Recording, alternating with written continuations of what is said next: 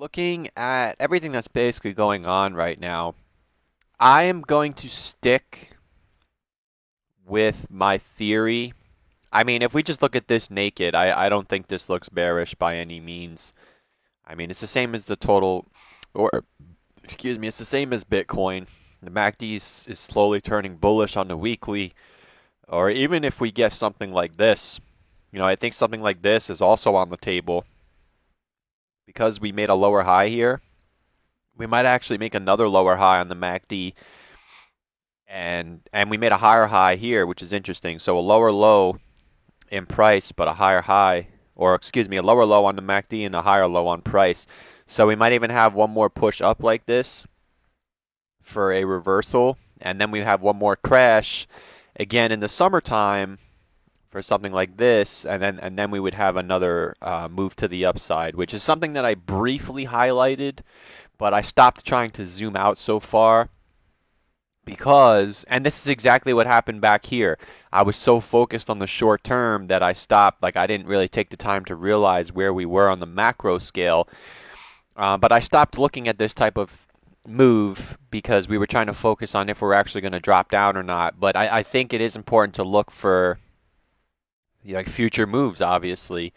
But in the short term, I still feel like there's going to be one more drop. The reason for that is the first thing is I feel like the S&P 500 is I don't want to say overextended, but I do feel like it is kind of overextended to the upside. I mean, it had an 8% rally with no pullback at all.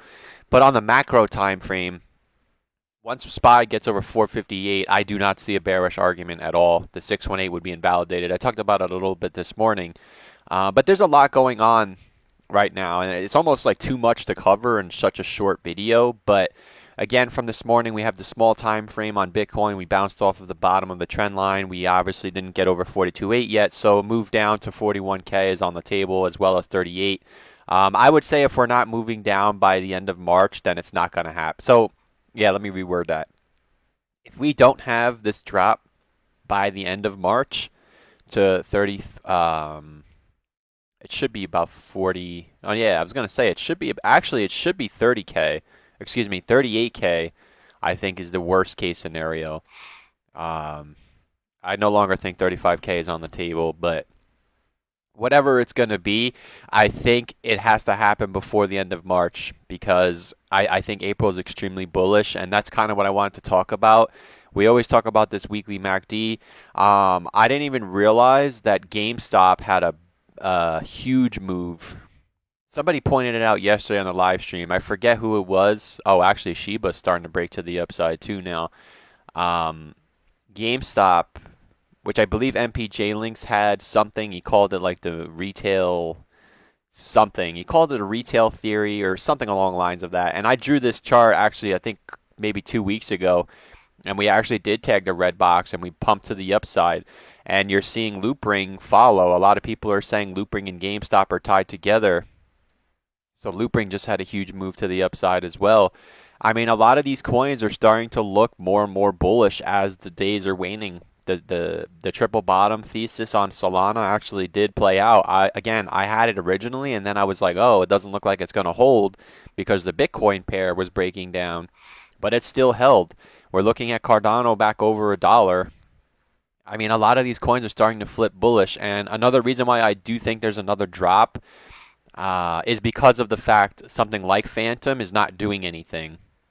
So I feel like it needs to do something kind of like back here where we even have one more little drop like this and then it blasts off. But I don't expect it to be some type of like mega capitulation. Like a lot of us, well, I mean, it was a valid argument as to why, maybe we're going back to 25K. So I started looking at it, but I've always said, like, I don't think it happens.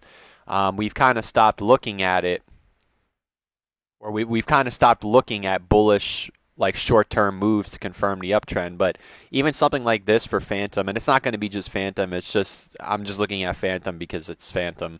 A move back to 115 even would be on the table, which would obviously only happen if Bitcoin had that final pullback to the downside. I could 100% see something like this playing out.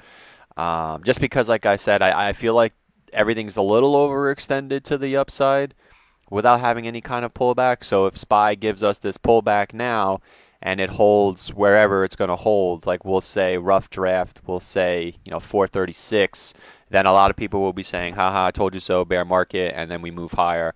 Um, but looking at some of these altcoins, they really are starting to flip bullish. So I would give it until probably the next week if we're not moving down or if we're not bottoming out sometime by the next 8 days, then we're probably not going to move down because everything, in my opinion, is starting to flip bullish. The biggest thing that I think, I mean, again, I don't even remember who told me to look at the MACD, but I do appreciate it that I'm looking at it because it historically shows when it crosses bearish, we're going down, and when it crosses bullish, we're going up. And I know I keep saying it for the past 2 days now, but I think it's important to look at Doge. The reason being, the target cashiers are buying Doge. They're not buying ICP. They're not buying whatever you're buying, most likely. And the last time it crossed bullish on the weekly time frame was all the way back here in 2020. Right here, November 20th, 2020, the weekly MACD on Dogecoin crossed bullish, and it didn't cross bearish until the top was put in at, well, actually it crossed bearish after the top was in at 29 cents. So I would imagine it's going to start moving up before it actually flips bullish.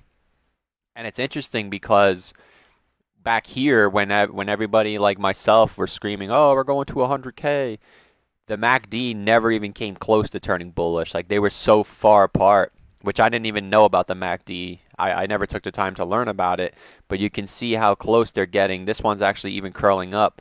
So the red bars are starting to print. I would say Doge over just basic TA, because this isn't a Doge video, but Doge over 17 cents I think would flip this bullish.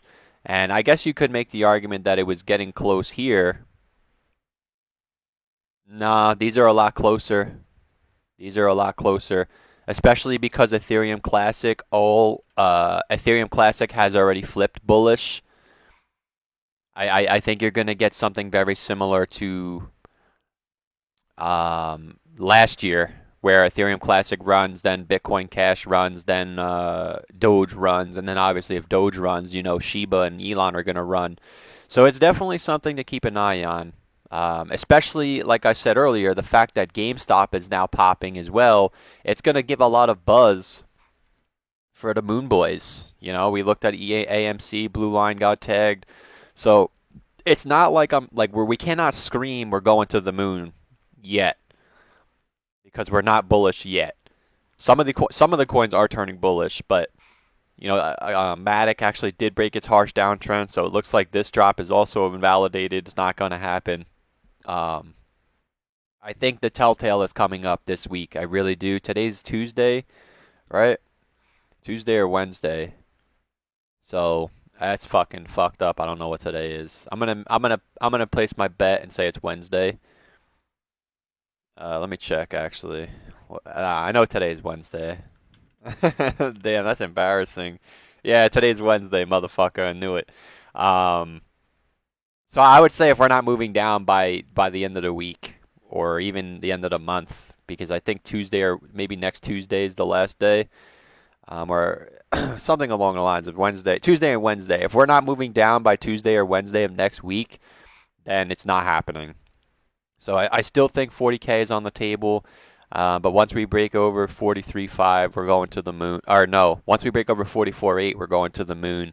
And until then, depending on what altcoin you have, I mean, even something like this, you can see that we were doing the choppy tapeworm and then we dropped before moving higher. So I think this is the choppy tapeworm, and then there's going to be a drop back to 40K or wherever it's going to be, and then we would move higher.